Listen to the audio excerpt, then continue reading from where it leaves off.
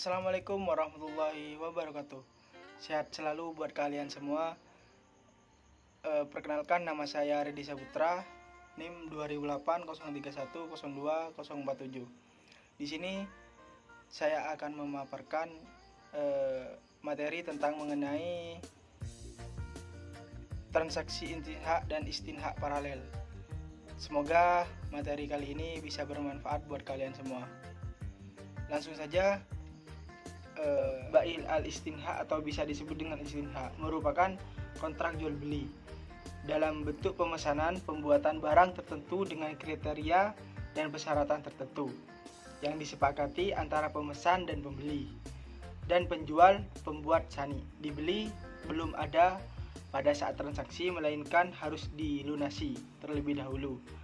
Berbeda dengan transaksi salam yang barangnya adalah hasil pertanian.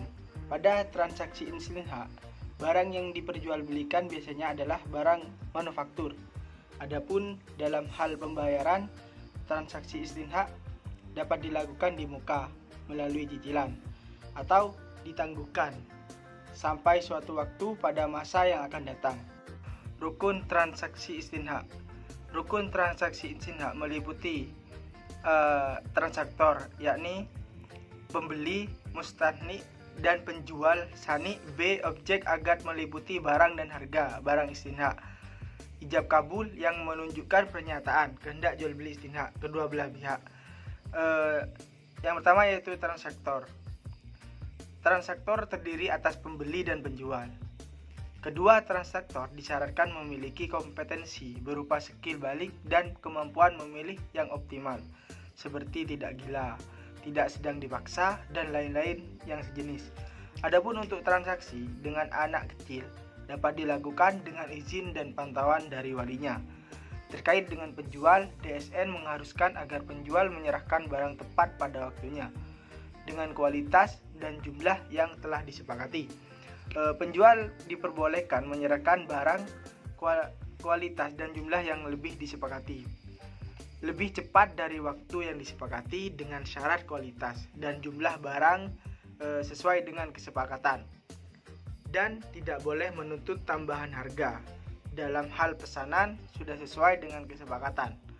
Hukumnya wajib bagi pembeli untuk menerima barang istinha dan melaksanakan semua ketentuan dalam kesepakatan istinha, akan tetapi sekiranya pada barang yang dikuasai terdapat cacat atau barang tidak sesuai dengan kesepakatan, pemesan memiliki hak khiyar, hak milih untuk melanjutkan atau membatalkan akad.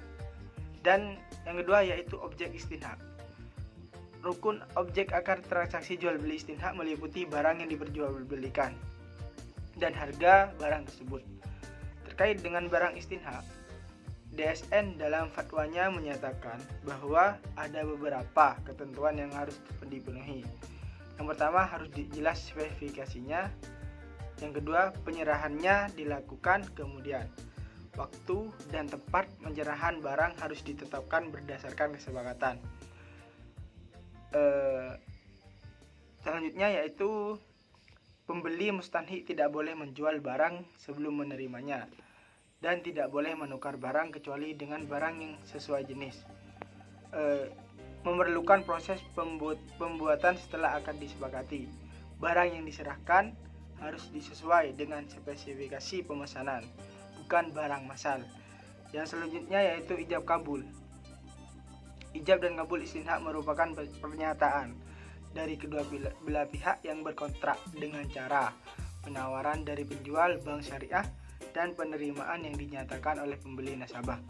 Pelafalan perjanjian dapat dilakukan dengan lisan isyarat bagi masyarakat dan menunjukkan keridaan satu pihak untuk menjual barang istinha dan pihak lain untuk membeli barang istinha.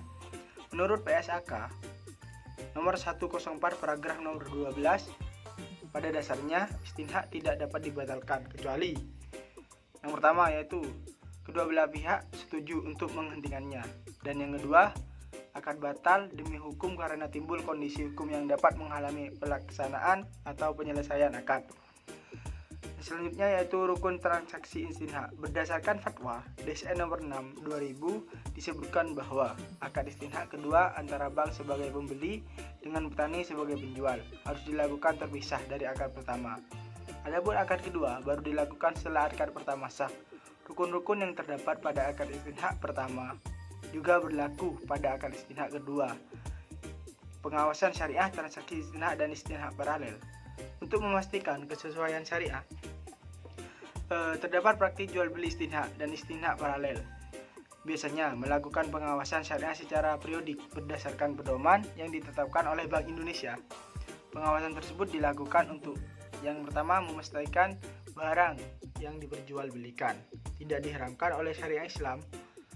Yang kedua yaitu meneliti apakah bank membiayai pembuatan barang yang diperlukan nasabah sesuai pemesanan dan kriteria yang disepakati. Yang ketiga yaitu memastikan akad istinha dan akad istinha paralel dibuat dalam akad yang terpisah. Yang keempat memastikan bahwa akad istinha yang sudah dikerjakan sesuai kesepakatan. Hukumnya mengikat, artinya tidak dapat dibatalkan kecuali memenuhi kondisi, antara lain kedua belah pihak setuju untuk menghentikan akad istinha dan istinha paralel batal demi hukum karena timbul kondisi hukum yang dapat menghalangi pelaksanaan atau penyelesaian akad. Dan yang selanjutnya yaitu alur transaksi istinha dan istinha paralel. Pada istinha paralel terdapat pihak yang terlibat yaitu bank, nasabah, dan pemasok. Pembiayaan dilakukan karena nasabah tidak dapat melakukan pembayaran atas tagihan pemasok selama masa periode pembangunan, sehingga memerlukan jasa pembiayaan dari bank. Atas pembiayaan terhadap pembangunan barang, maka bank mendapatkan margin dari jual beli barang yang terjadi. Margin diperoleh dari selisih harga beli bank kepada pemasok dengan harga jual akhir kepada nasabah. Dimungkinkan juga bank mendapatkan pendapatan selain margin merupakan pendapatan administrasi.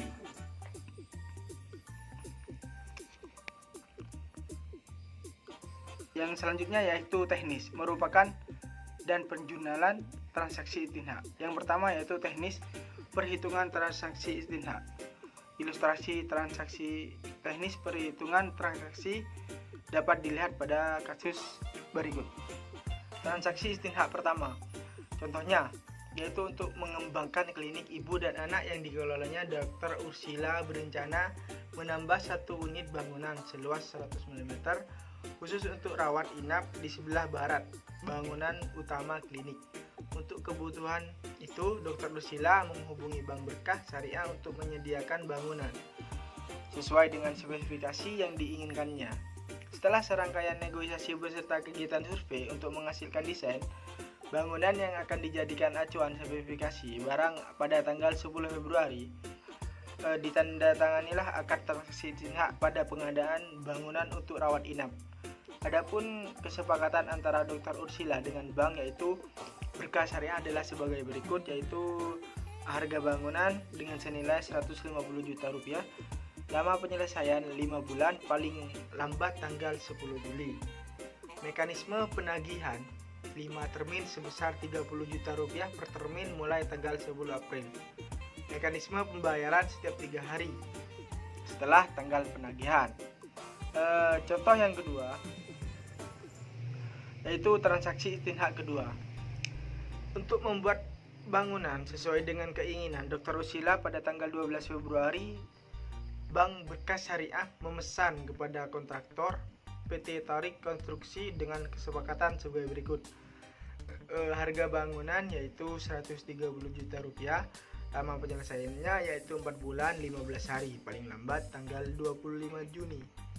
Mekanisme penagihan kontraktor 3 termin pada saat penyelesaian 20%, 50% dan 100%. Mekanisme pembayaran oleh bank dibayar tunai sebesar tagihan dari kontraktor. Selanjutnya yaitu penjurnalan transaksi istinha. Transaksi biaya perakad bank sebagai penjual berdasarkan PSAK. Paragraf 25 disebutkan bahwa biaya perolehan istinha terdiri dari biaya langsung dan biaya tidak langsung. Biaya langsung meliputi biaya bahan baku, dan biaya tenaga kerja untuk membuat barang pesanan. Adapun biaya tidak langsung adalah biaya overhead, termasuk biaya akad dan biaya perakad. Selanjutnya, pada paragraf 26 disebutkan bahwa biaya perakad diakui sebagai beban tangguh dan diperhitungkan sebagai biaya istinhak jika akad disepakati. Yang selanjutnya yaitu penandatanganan akad dengan pembeli, bank sebagai penjual.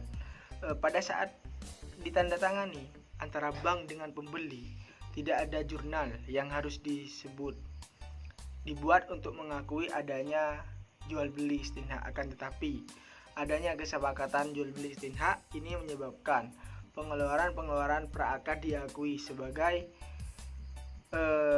beban tangguhan dan perhitungan sebagai biaya istinhak. Jika akan disepakati, misalkan kasus Dr. Ursila dengan Bank Berkah Syariah, transaksi istinhak jadi disepakati pada tanggal 10 Februari. Yang selanjutnya yaitu penerimaan dan pembayaran tagihan kepada penjual pembuat barang istinhak. Berdasarkan PSAK 104 paragraf 36 disebutkan bahwa pembeli mengakui aset istinhak sebesar jumlah termin yang ditagih oleh penjual. Dalam hal ini, pembuat barang dan sekaligus mengakui utang istinhak kepada pembuat barang tersebut. Dijelaskan lebih lanjut dalam PAPSI 2013 halaman 4.18 bahwa tagihan supplier kepada bank atas sebagian barang pesanan yang telah diselesaikan diakui sebagai aktiva istinhak dalam penyelesaian dan utang istinhak sebesar tagihan supplier. Yang selanjutnya yaitu pengakuan pendapatan istinhak. Pada istinhak paralel terdapat dua metode pengakuan pendapatan, yaitu metode persentase penyelesaian dan metode akad selesai. Pada metode akad selesai, pengakuan pendapatan diakui setelah barang selesai. Pengakuan pendapatan di belakang berlaku juga untuk metode persentase penyelesaian di mana tidak dapat alasan rasional yang dibangun. Pada metode persentase penyelesaian pendapatan diakui sesuai persentase penyelesaian dan menambah nilai aset istinhak. Dalam menyelesaikan dasar dari menaksir persentase penyelesaian barang secara moneter untuk dijadikan nilai harga pokok jual beli. Pengakuan pendapatan ini dapat dilakukan secara periodik, bulanan, triwulan, dan lain-lain, atau pada periode tertentu sepanjang bank memiliki dokumen persentase penyelesaian. Berdasarkan PSAK 104 paragraf 18 disebutkan bahwa jika metode persentase penyelesaian digunakan, maka yang pertama yaitu bagian nilai akad yang sebanding dengan pekerjaan yang telah diselesaikan dalam periode tersebut diakui sebagai pendapatan istinhak pada periode yang bersangkutan. Yang kedua yaitu bagian margin, keuntungan istinhak yang diakui selama periode pelaporan ditambah kepada aset istinhak dalam penyelesaian. Dan yang ketiga yaitu pada akhir periode, harga pokok istinhak diakui sebesar biaya istinhak yang telah dikeluarkan sampai dengan periode tersebut. Pada proyek dengan periode pembuatan yang konstruksi aset istinhak yang meliputi satu periode laporan keuangan, maka timbul konsekuensi bahwa bank tidak dapat mengakui adanya pendapatan. Untuk itu, bank cenderung memilih penggunaan metode persentase penyelesaian dan penyusun jadwal pembayaran piutang dari nasabah yang sebesarnya disesuaikan kemampuan arus kas nasabah. Baik, sekian dari pemaparan materi kali ini tentang mengenai transaksi istinhak dan istinhak paralel. Semoga pemaparan materi kali ini bisa menambahkan wawasan dari teman-teman semua sehingga bisa bermanfaat bagi teman-teman semua. Kurang lebihnya mohon maaf. Wallahu muwaffiq ila aqwamit thoriq. Wassalamualaikum warahmatullahi wabarakatuh. Sehat selalu buat kalian. Mantap.